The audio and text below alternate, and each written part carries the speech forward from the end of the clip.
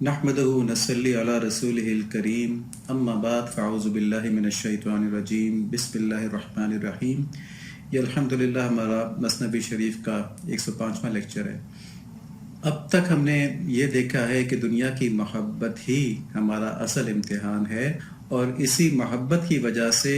ہر مسلمان کا ہر لمحہ آخرت کے لحاظ سے یا تو ایک اویلڈ اپورچونٹی ہے، یعنی ایک ایسا موقع ہے جس کو کہ اس نے اویل کر لیا، جس کا اس نے فائدہ اٹھا لیا، یا پھر یہ ایک لاسٹ اپورچونٹی ہے،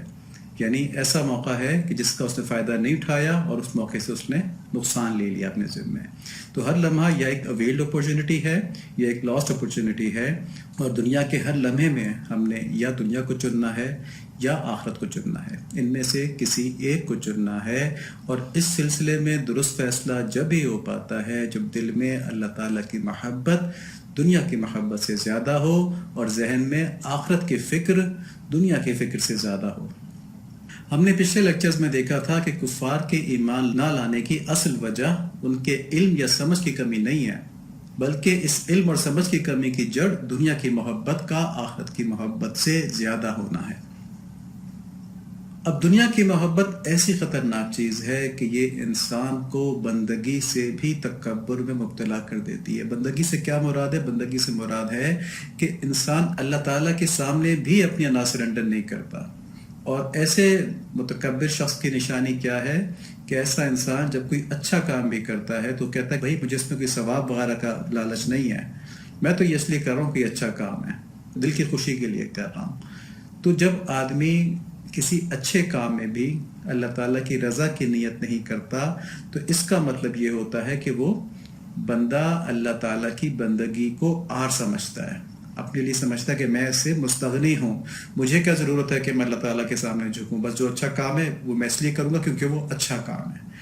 ٹھیک ہے، اللہ تعالیٰ ثواب دینا ہے دے دیں، نہیں دینا نہ دیں، یہ بات مسلمانوں کی ہو رہی ہے۔ تو کفار تو اچھے کام کرتے ہی دنیا داری کے لیے ہیں، ان کا تو وہ تو کیونکہ پہلے اللہ تعالیٰ کا انکار کر چکے ہوتے ہیں، اس لیے وہاں تو یہ سوال ہی نہیں پیدا ہوتا۔ بلکہ ان میں سے جن لوگوں کا تعلق اللہ تعالیٰ سے ہوتا بھی ہے، جیسے اہل کتاب ہو گئے، یا وہ کفار جو کہ شرک کرتے ہیں، مختلف چیزوں کو دیوتا بناتے ہیں، ان کا اپنے خیالی معبود سے یا اہل کتاب کا اللہ تعالیٰ سے تعلق کی بنیاد دنیاوی فائدے ہوتے ہیں، آخرت ان کے ذہن میں نہیں ہوتی۔ ٹھیک ہے، وہ چاہتے ہیں کہ ہم اگر اچھی عبادت کریں گے، اچھے کام کریں گے تو پھر ہمیں یہ فائدے یہاں کے مل جائیں گے۔ اب اللہ تعالیٰ سے یہ لا تعلقی، یہ تکبر کی ایک انتہائی قسم ہے، ایک ایکسٹریم قسم ہے، کہ اس میں بندہ اپنے رب کے سامنے جھکنے کو بھی عار سمجھتا ہے، اور اپنے کاموں کو، اپنے اچھے کاموں کو وہ سمجھتا ہے کہ میری ذاتی پراپرٹی ہیں، میری اپنی توفیقات ہیں، میری اپنی خوبیاں ہیں یہ، حالانکہ ہر نیک کام کی، ہر اچھے کام کی توفیق اللہ تعالیٰ کی عنایت ہی سے ملتی ہے۔ تو ایسے لوگوں کے بارے میں قرآن شریف میں کہا گیا ہے، سورہ نساء کی آیت نمبر 172 ہے، لن يستنكف المسيح ان يكون عبدا لله ولا الملائكة المقربون ومن يستنكف عن عبادته ويستكبر فسيحشرهم اليه جميعا، کہ حضرت مسیح علیہ السلام کبھی اس بات کو عار نہیں سمجھ سکتے تھے کہ وہ اللہ عز و جل کے بندے ہوں، اور نہ مقرب فرشتے اللہ تعالیٰ کی بندگی میں کوئی عار سمجھتے ہیں۔ اب دیکھیں، اور جو شخص اپنے پروردگار کی بندگی میں عار سمجھے اور اس بندگی سے تکبر کرے تو وہ اچھی طرح سمجھ لے کہ اللہ تعالیٰ ان سب کو اپنی طرف جمع فرمائیں گے، اور پھر اس تکبر کی حیثیت کھل جائے گی، اور انسان کو اپنی حیثیت معلوم ہو جائے گی، اپنی اوقات معلوم ہو جائے گی، اس کو پتہ چل جائے گا کہ اس کے رب کے سامنے حساب کتاب سے اسے کوئی شے نہیں بچا سکتی۔ تو یہاں پر بڑی بات یہ ہے کہ جو مثال اللہ تعالیٰ نے دی ہے وہ مقرب فرشتوں کے اور پیغمبروں کی دی ہے کہ وہ بھی اس بات کو عار نہیں سمجھتے، ان کا مقام عام انسان سے ظاہر زیادہ ہے، تو وہ بھی فخر سمجھتے ہیں، بلکہ اللہ تعالیٰ کی عنایت اور نعمت سمجھتے ہیں کہ اللہ تعالیٰ نے ان کو اپنی بندگی میں قبول فرما لیا ہے۔ جبکہ ایک متکبر انسان، ایک کافر انسان اس سے عار کرتا ہے، تو جو عار کرتا ہے وہ تکبر کرتا ہے، وہ سمجھ لے کہ اس نے اللہ تعالیٰ کے سامنے حاضر ہونا ہے۔ اب ان باتوں کے باوجود بھی کسی کے ذہن میں شیطان یہ وسوسہ ڈال سکتا ہے کہ شاید کفار جو ہیں ان کے اندر علم کی یا سمجھ کی کمی ہے، جس کی وجہ سے وہ اللہ تعالیٰ کو نہیں جانتے، اور اس کی وجہ سے ان کے پاس کیونکہ کوئی کمپیریزن ہی نہیں ہوتا تو دنیا کی محبت میں مبتلا ہو جاتے ہیں۔ یعنی کہ یہ ادر وے راؤنڈ ہے کہ علم اور سمجھ کی کمی پہلے ہے، اس کے بعد دنیا کی محبت ہے، جبکہ ہم یہ کہہ رہے ہیں کہ دنیا کی محبت پہلے، اور دنیا کی محبت کی وجہ سے علم اور سمجھ میں کمی آتی ہے۔ تو اس کا جواب بھی الحمدللہ ہمارا جو ایمان بالغیب ہے اس میں اور وحی کے علوم میں ہمیں مل جاتا ہے۔ ہمارا ایمان بالغیب کیا ہے کہ اللہ تعالیٰ کا ایک صفاتی نام ہے العدل، جس کے معنی ہے کہ مکمل عدل اور انصاف کرنے والا۔ چنانچہ ہمارا ایمان ہے کہ اللہ تعالیٰ کسی پر ظلم نہیں فرماتے۔ سورہ حامیم سجدہ کی آیت ہے 46، من عمل صالحا فلنفسه ومن اساء فعليها وما ربك بظلام للعبید، کہ جو شخص نیک کام کرے وہ اپنے نفع کے لیے کرے گا، اور جو برا کام کرے اس کا وبال بھی اسی آدمی پر ہوگا، اور آپ کا رب بندوں پر ظلم کرنے والا نہیں ہے۔ تو اللہ تعالیٰ ظلم نہیں کرتے، جس نے جو کام کیے ہوتے ہیں وہ سامنے لے کے آ جاتے ہیں، اس کے مطابق حساب کتاب ہو جاتا ہے۔ اسی طرح سورہ یونس کی آیت نمبر 47 ہے، وَلِكُلِّ أُمَّةٍ رَسُولٌ فَإِذَا جَاءَ رَسُولُهُمْ قُضِيَ بَيْنَهُمْ بِالْقِسْطِ وَهُمْ لَا يُظْلَمُونَ، کہ ہر امت کے لیے اللہ تعالیٰ نے ایک رسول بھیجا ہے، پھر جب ان کا وہ رسول آ چکتا ہے تو ان کا فیصلہ پورے انصاف کے ساتھ کر دیا جاتا ہے اور ان پر ظلم نہیں کیا جاتا۔ اسی طرح سورہ یونس کی آیت نمبر 54 ہے، وَلَوْ أَنَّ لِكُلِّ نَفْسٍ ظَلَمَتْ مَا فِي الْأَرْضِ لَافْتَدَتْ بِهِ وَأَسَرُّوا النَّدَامَةَ لَمَّا رَأَوُا الْعَذَابَ وَقُضِيَ بَيْنَهُمْ بِالْقِسْطِ وَهُمْ لَا يُظْلَمُونَ، اور جس شخص نے ظلم کا ارتکاب کیا ہے، اگر اس کے پاس روئے زمین کی ساری دولت بھی ہوگی تو وہ اپنی جان چھڑانے کے لیے اس کی پیشکش کر دے گا، اور جب وہ عذاب الہی کو اپنی آنکھوں سے دیکھ لیں گے تو چپ کے شرمندہ ہوں گے، اور ان کا فیصلہ انصاف کے ساتھ ہوگا اور ان پر ظلم نہیں ہوگا۔ تو ہمارا ایمان بالغیب بھی ہے، اور وحی کے علوم بھی ہمیں بتا رہے ہیں کہ اللہ تعالیٰ عدل کرتے ہیں، اللہ تعالیٰ ظلم نہیں کرتے۔ تو اب یہ سمجھیں کہ اگر کسی کے پاس علم ہی نہ ہو دین کا، یا اس علم سے فائدہ اٹھانے کی صلاحیت ہی نہ ہو، سمجھ ہی نہ ہو، اس میں عقل ہی نہ ہو، تو پھر اس کا حساب کتاب اس معیار کے مطابق کرنا، اس علم کے مطابق کرنا، یہ ظلم ہو جائے گا۔ اور کیونکہ اللہ تعالیٰ ظلم نہیں کرتے تو اس لیے یہ بات تو بڑی واضح ہو گئی کہ کفر کی وجہ علم کی کمی یا سمجھ کی کمی نہیں ہو سکتی۔ تو دوسری وجہ کیا ہو سکتی ہے؟ یہ بھی قرآن سے ثابت ہے، آگے ہم دیکھیں گے۔ دوسری وجہ یہ ہے کہ بندے نے اپنے اختیار سے اپنے دل میں دنیا کی محبت بسا لی، اب اس کے پاس وہ آنکھیں ہیں جو ہدایت کی باتیں نہیں دیکھتی، اب اس کے پاس وہ کان ہیں جو ہدایت کی باتیں نہیں سن سکتے، اور اب اس کے پاس وہ دل ہے جو ہدایت کو قبول نہیں کر سکتا۔ یہ آیات بھی ہم نے پچھلے لیکچرز میں دیکھی تھی۔ یہاں سورہ نحل کی کچھ آیات دیکھتے ہیں جن میں اللہ تعالیٰ بتا رہے ہیں کہ کفر انسان دنیا کی محبت کی وجہ سے کرتا ہے۔ تو سورہ نحل کی آیت نمبر 106 ہے، مَن كَفَرَ بِاللَّهِ مِن بَعْدِ إِيمَانِهِ إِلَّا مَنْ أُكْرِهَ وَقَلْبُهُ مُطْمَئِنٌّ بِالْإِيمَانِ وَلَكِن مِّن شَرَحَ بِالْكُفْرِ صَدْرًا فَعَلَيْهِمْ غَضَبٌ مِّنَ اللَّهِ وَلَهُمْ عَذَابٌ عَظِيمٌ، جو شخص اپنے ایمان کے بعد اللہ سے کفر کرے بجز اس کے کہ جس پر جبر کیا جائے اور اس کا دل ایمان پر برقرار ہو، مگر جو لوگ کھلے دل سے کفر کریں تو ان پر اللہ کا غضب ہے اور انہی کے لیے بہت بڑا عذاب ہے۔ یہاں مرتدین کی بات ہوئی ہے کہ جو ایمان لانے کے بعد کفر اختیار کر لیں اور اپنے دل سے کر لیں، ان کے اوپر کوئی جبر نہ کیا ہو کسی نے کفر اختیار کرنے پہ، کہ دل ان کا ایمان پر قائم ہے لیکن کسی ظلم کی وجہ سے وہ زبان سے کہہ رہے ہیں کفر کی بات، تو جنہوں نے دل سے کفر کر لیا تو ان کے لیے اللہ تعالیٰ کا بڑا عذاب ہے۔ اور انہوں نے ایسا کفر کیوں کیا، یہ بات اللہ تعالیٰ سورہ نحل کی آیت نمبر 107 میں بتا رہے ہیں۔ ذَلِكَ بِأَنَّهُ مُسْتَحَبُّ الْحَيَاةَ الدُّنْيَا عَلَى الْآخِرَةِ وَأَنَّ اللَّهَ لَا يَهْدِي الْقَوْمَ الْكَافِرِينَ، کہ یہ اس لیے ہے کہ انہوں نے دنیا کی زندگی کو آخرت سے زیادہ محبوب رکھا، یقیناً اللہ تعالیٰ کافر لوگوں کو راہ راست نہیں دکھاتے۔ تو بس یہ جو لفظ ہے نا کہ دنیا کی محبت کو آخرت سے زیادہ محبوب رکھا، بس یہ ساری پرابلم کی جڑ ہے۔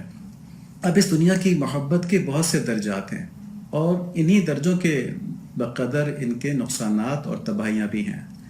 تو ہم نے دیکھا کہ دنیا کی محبت کی ایک ایکسٹریم مینیفیسٹیشن جو ہے وہ کفر ہے، اور ایک حالت وہ ہے کہ جس میں آدمی اپنے رب کے سامنے اپنی بندگی کے اظہار کو بھی اپنی حد تک سمجھتا ہے۔ اب اس سے کم جو دنیا کی محبت ہوگی اس میں ایمان تو بچ جائے گا، لیکن ایمان کے باوجود ایسی محبت آخرت سے غافل رکھ کے، اللہ تعالیٰ سے غافل رکھ کے گناہوں میں مبتلا رکھتی ہے، اور ان گناہوں کی وجہ سے قلب کے اوپر ایسی ظلمت طاری ہو سکتی ہے کہ جس کی وجہ سے ایمان چلا جائے۔ تو تو یہاں ثابت ہوا کہ دنیا کی محبت کا اثر صرف کفار پر ہی نہیں ہوتا، بلکہ مسلمان بھی اس سے متاثر ہوتے ہیں اور بہت زیادہ متاثر ہوتے ہیں۔ اس پہ بہت ساری احادیث ہیں۔ اس لیے دنیا کی محبت کو کسی بھی صورت میں ہلکا نہیں لینا چاہیے۔ اس کی طرف سے آدمی کو کیجول نہیں ہونا چاہیے، کمپلیسنٹ نہیں ہونا چاہیے کہ چلو کوئی بات نہیں ہے تو خیر ہے۔ ٹھیک ہے، ہماری زندگی کے ایک ایک لمحے کا حساب ہونا ہے اور اس سے کوئی مفر نہیں ہے، اس سے کوئی بھاگنے کی گنجائش نہیں ہے، اور یہ کوئی ایسی خبر نہیں ہے کہ بس کسی نے سنا دی پتہ نہیں ہوگا کہ نہیں ہوگا۔ یہ اللہ کے سچے نبی نے ہم کو بتایا ہوا ہے، اور اللہ تعالیٰ نے کئی جگہوں پر بتایا ہوا ہے کہ ہماری پیدائش کا مقصد ہی یہ ہے کہ ہمارا حساب کتاب ہوگا، اور اس حساب کتاب کو خراب کرنے والی واحد چیز جو ہے وہ دنیا کی محبت ہے۔ یہی ہم یہاں پہ ثابت کرنے کی کوشش کر رہے ہیں، اور یہی ہم نے پچھلے لیکچرز کے اندر بھی دیکھا ہے۔ تو اگر دنیا کی محبت سے مومن کا ایمان بچ بھی جائے، تب بھی دنیا کی محبت ایک مسلمان کو اللہ تعالیٰ سے غافل رکھتی ہے، اللہ تعالیٰ کی معرفت سے غافل رکھتی ہے، جس کی وجہ سے اس کی زندگی گناہوں سے لبریز رہتی ہے اور وہ مارجن پہ ہوتا ہے، کبھی بھی کفر کی طرف جا سکتا ہے۔ تو اس دنیا کی محبت کا اپوزٹ کیا ہے؟ وہ ہے تقوی۔ اور تقوی کیا چیز ہے؟ تقوی ہے کہ اللہ تعالیٰ کی ناراضگی کے ڈر سے اللہ تعالیٰ کے احکامات کو توڑنے سے بچنا۔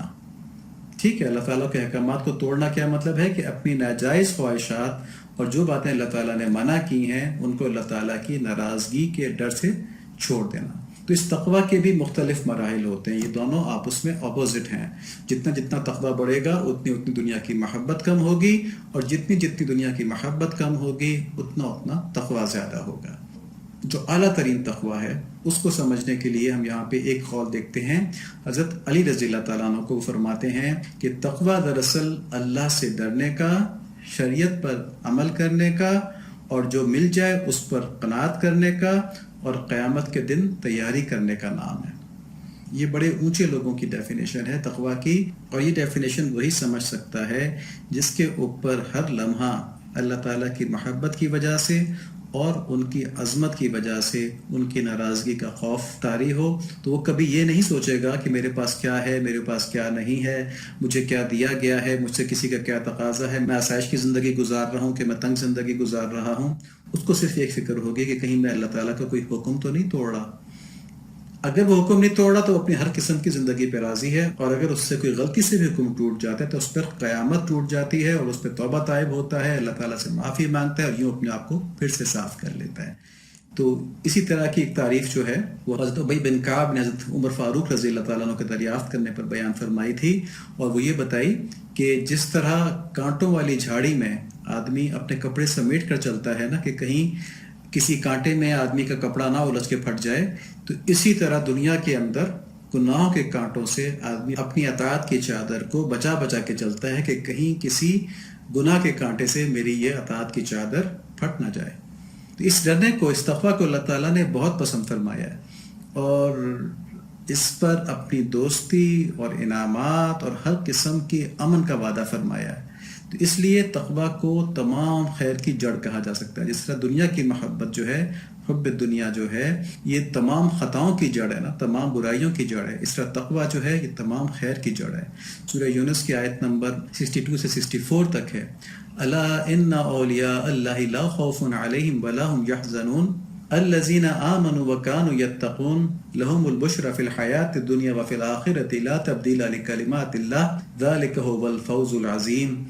کہ یاد رکھو جو اللہ کریم کے دوست ہیں ان پر نہ کوئی خوف ہوگا، نہ وہ غمگین ہوں گے، اور یہ وہ لوگ ہیں جو ایمان لائے اور تقوی اختیار کیے رہے، ان کے لیے خوشخبری ہے، دنیاوی زندگی میں بھی اور آخرت میں بھی اللہ تعالیٰ کی باتوں میں کبھی کوئی تبدیلی نہیں ہوتی، اور یہی بڑی کامیابی ہے۔ تو اس میں بتا دیا کہ جو اللہ کے دوست ہیں ان کے اوپر دنیا اور آخرت میں ہر قسم کی راحت ہے، کوئی غم اور خوف نہیں ہے، اور ساتھ یہ بتا دیا کہ وہ کون ہیں جو ایمان لے کر آئے اور جنہوں نے تقوی اختیار کیا۔ ایمان کس پر لائے؟ نبی صلی اللہ علیہ وآلہ وسلم کے اوپر ایمان لے کے آئے، کیونکہ اب نبی صلی اللہ علیہ وآلہ وسلم کی بعثت کے بعد نبی صلی اللہ علیہ وآلہ وسلم پر ایمان لانا ہی اسلام ہے۔ تو ان پر ایمان لانا اور تقوی اختیار کرنا، یہ دو چیزیں ہو جائیں تو آدمی اللہ تعالیٰ کا دوست ہے، اور پھر اس کے اوپر نہ دنیا میں کوئی مشکل ہے نہ آخرت پہ کوئی مشکل ہے۔ اور پھر اللہ تعالیٰ فرماتے ہیں کہ اب ایمان لانے کے بعد کافر تو دور ہو گئے نا، کافر تو اللہ تعالیٰ کی رحمت سے دور ہو گئے، ٹھیک ہے، اپنے شرک کرنے کی وجہ سے، اپنا انکار کرنے کی وجہ سے۔ اب مسلمانوں کی بات ہو رہی ہے، اللہ تعالیٰ فرماتے ہیں کہ مسلمانوں میں میرے قریب ترین وہ لوگ ہیں جن کا تقوی زیادہ ہے۔ تو سورہ حجرات کی آیت نمبر 13 ہے، یا ایہا الناس انا خلقناکم من ذکر و انثی وجعلناکم شعوبا وقبائل لتعارفوا ان اکرمکم عند اللہ اتقاکم ان اللہ علیم خبیر۔ اے لوگو، حقیقت یہ ہے کہ ہم نے تم سب کو ایک مرد اور ایک عورت سے پیدا کیا ہے اور تمہیں مختلف قوموں اور خاندانوں میں اس لیے تقسیم کیا ہے تاکہ تم ایک دوسرے کو پہچان سکو۔ تو یہاں بتا دیا کہ ہمارے ڈیفرنٹ ہونے کی جو وجہ ہے اصل وہ یہ تاکہ ہماری پہچان قائم ہو جائے۔ اس میں بڑائی کسی کے لیے کوئی نہیں ہے۔ بڑائی کس چیز کے لیے ہے؟ بس جان لو کہ اللہ کریم کے نزدیک تم میں سب سے زیادہ باعزت وہ ہے جو سب سے زیادہ متقی ہے، اور یقین مانو کہ اللہ سب کچھ جاننے والے ہیں اور ہر چیز سے باخبر ہیں۔ تو ہمارا خاندان، ہمارا مال، ہماری دولت، اس سے عزت نہیں ملتی اللہ تعالیٰ کے یہاں۔ ہماری شکل، ہماری صورت، ہمارا رنگ، اس سے عزت نہیں ملتی اللہ تعالیٰ کے یہاں۔ اللہ تعالیٰ کے جس چیز سے عزت ملتی ہے وہ تقوی ہے، یعنی کہ اللہ تعالیٰ کی ناراضگی سے ڈر کر آدمی گناہوں سے بچے۔ تو اب اس دنیا کی محبت اور تقوی کی بنیاد کے اوپر ہم نے کچھ کیٹیگریز بنائی ہیں مسلمانوں کی، تو یہ ہم بیان کرتے ہیں، اور اس میں ہم دیکھ لیں کہ ہم میں سے کون کہاں کھڑا ہے۔ زندگی کم ہے، ہم بے فکر ہیں آخرت سے، اللہ تعالیٰ کی رحمت کو حاصل کرنے سے، اللہ تعالیٰ کے عذاب سے بچنے سے ہم بے پرواہ ہیں۔ کس وجہ سے بے پرواہ ہیں؟ کہ ہماری ساری صلاحیتیں، ہماری ساری توجہات دنیا میں لگی ہوئی ہیں۔ تو اس وقت ہمارے پاس موقع ہے کہ ہم دیکھیں ہم کس جگہ کھڑے ہیں، اور اس کے بعد اللہ تعالیٰ سے دعا کریں کہ یا اللہ ہمیں ترقی نصیب فرمائیں، اور جس طرح کا کہ آپ ہمیں چاہتے ہیں اور جس طرح کی زندگی سے آپ کے نبی صلی اللہ علیہ وآلہ وسلم ہم سے خوش ہوں گے، ہمیں اس طرح کا بنا دیں۔ آمین۔